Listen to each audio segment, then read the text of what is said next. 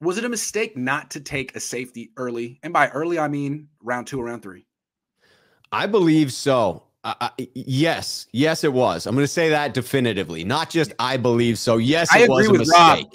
It was a mistake, Grant, and they're going to regret it. This is the weakest position on the team, the biggest hole, strong safety. It is. And people are projecting the undrafted free agent signing of Leon O'Neal Jr. to potentially fill a need there. You know, maybe even have him grab that starting role. I really have my doubts there after watching him at the combine. Granted, it was just so black and white between it was Jalen Petrie and then Leon O'Neal Jr. So someone who is completely fluid in their movement that can, you know, quick twitch, move his hips, just glides across the field.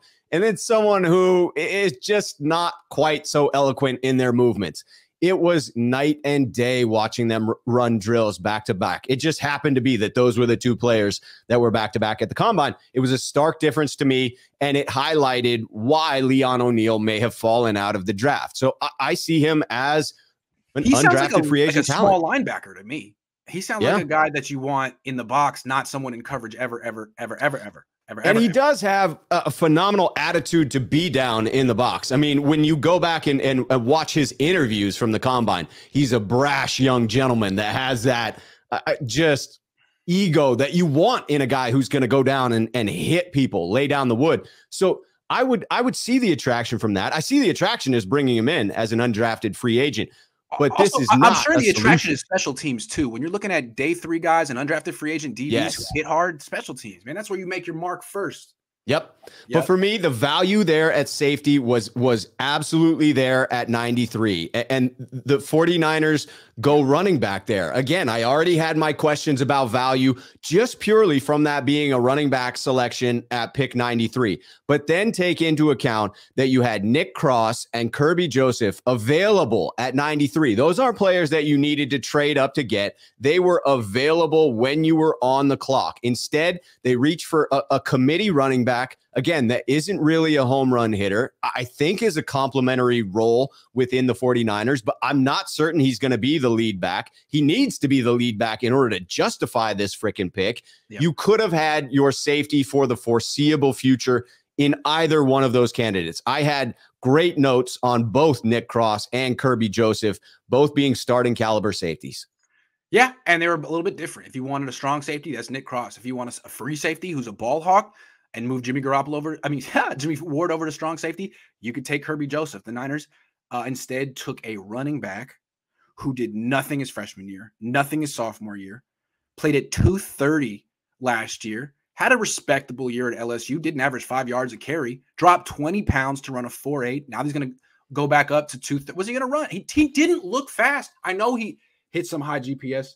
I don't know. It seems like if he can get way down the field, he might build up some speed. But it seems like he gets caught from behind before he gets there. So I don't know. And that was in college. Yeah. I mean, the fact that even on that run where he recorded that high speed, he was caught from behind does show you that he's just not a home run hitter. That's not what they're looking for. And I get it, right? It's the big body back.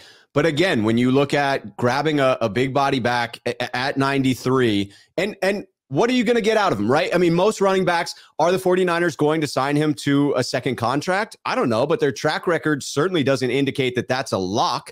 And so you look at potentially a rental of a player for a period of time, whereas the safety pick does feel like a player that the 49ers could have had a starting safety for the next 10 years if they get the draft pick correct.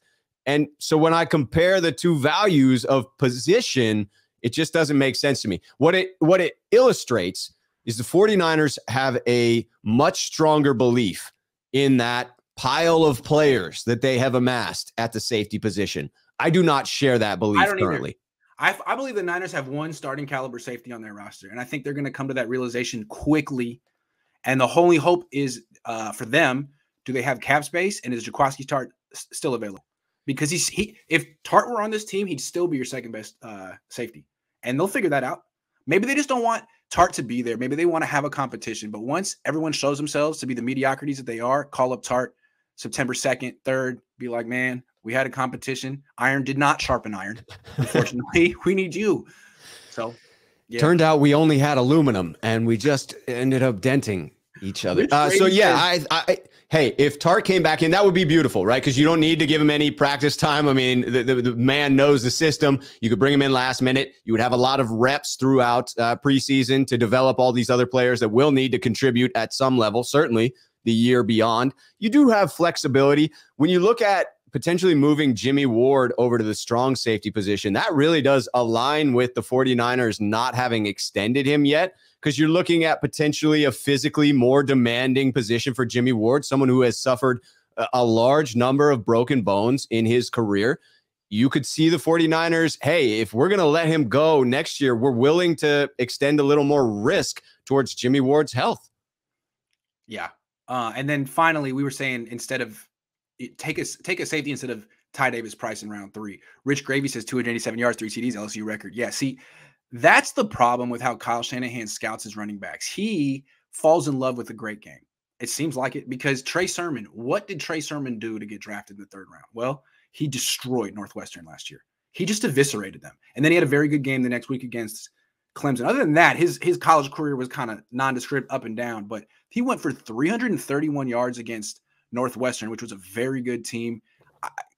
So that's a pattern. And then Joe Williams, remember Joe? Big Joe? Yes. 332 against UCLA. So it seems like Kyle is a little bit like Rich here, where if a guy can have one all-time record-breaking day, it somehow proves something to Kyle. Man, that's one day. There's been a lot of amateur athletes who were great from one day. You know what he's probably thinking, though, and this just came to me, and I'm very pleased with myself, is Kyle Shanahan's ego is huge, right? I mean, there's just no disputing that, and it's deservedly so. The man is quite intelligent when it comes to offensive play design. He may believe my system is so superior to every other system out there that when a running back comes in, they are going to have the best games of their life. So I'm going to go back and I'm going to look at their highlight games, because those are the type of games they're going to put on tape for us. Hasn't quite worked out that way. I think you're 100% right. I think you're 100% right. Michael says, why is Jimmy G still on the team? Mediocre Trey. Why is Jimmy G still on the team? Because John Lynch in particular has a very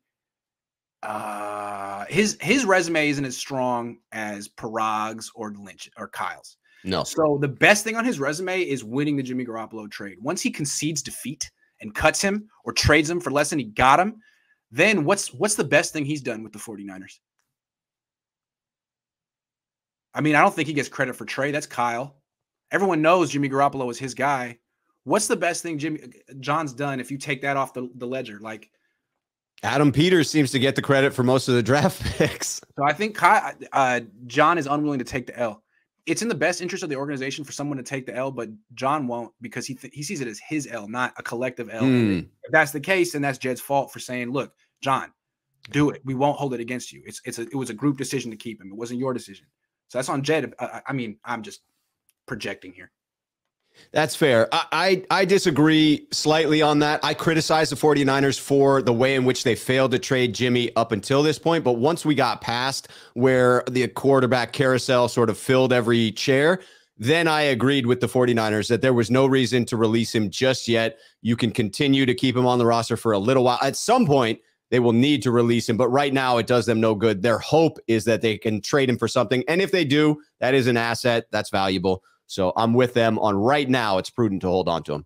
Coach says Grant's face, you hate Kyle's guts. He's talking about when you said that Kyle Shanahan has a huge ego, and deservedly so. I went to the Robert De Niro face though. Because it's like, yeah, I mean, but his ego is the ego of someone who won 2 Super Bowls. So I would say not deservedly. Like, yeah, I mean, I have an ego. You deserve an ego, Kyle, but he does carry himself like someone who invented football and won 2 Super Bowls. So I would just say, tone it down just a little. Take it down from an 11. You're at an 11 right now. Yeah, good call. Good call. Jeremy says QC merch incoming. Oh, you better bet soon.